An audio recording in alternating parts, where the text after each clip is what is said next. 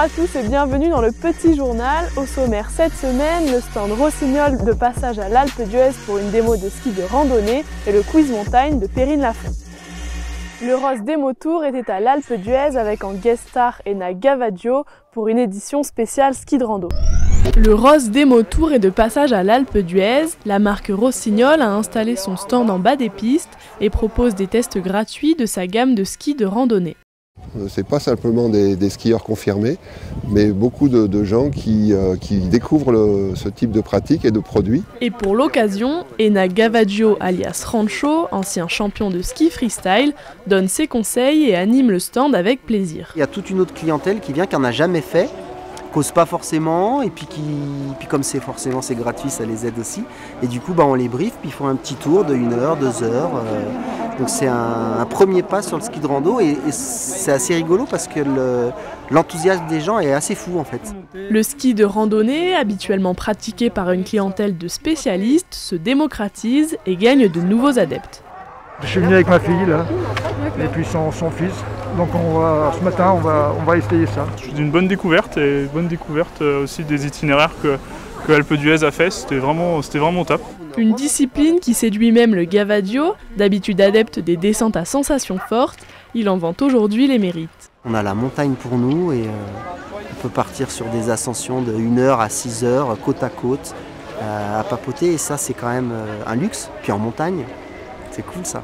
Là, je me suis rendu compte que je me suis même fait des randos juste par plaisir de monter, alors qu'avant c'était quand même une corvée. Donc tu vois, les mentalités changent, on n'a pas de remontée, on aime skier, du coup on improvise. Et la rando, ça reste quand même le moyen le plus rapide d'aller au sommet.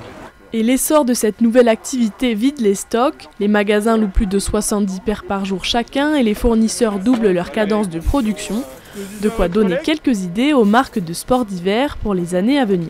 Il a fallu adapter l'événement, on va dire, à la situation, c'est-à-dire dédier une équipe, une structure à 100% sur des tests de ce type de matériel. Mais là, on est vraiment sur un développement d'événements dédiés à la randonnée.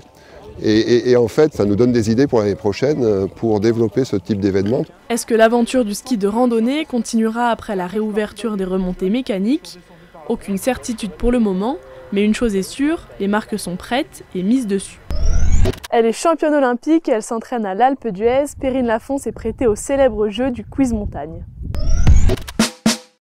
Je suis plus raclette. Chalet, bien au chaud. Ski de base. Chocolat chaud. Télésiège pour être assis. Single.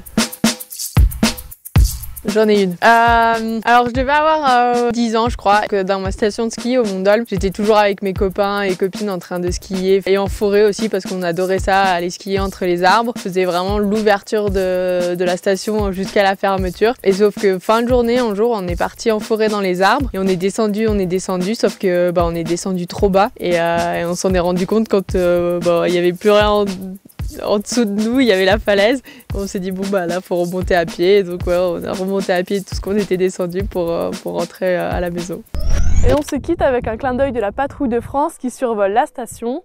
À bientôt et bon séjour à l'Alpe d'Huez.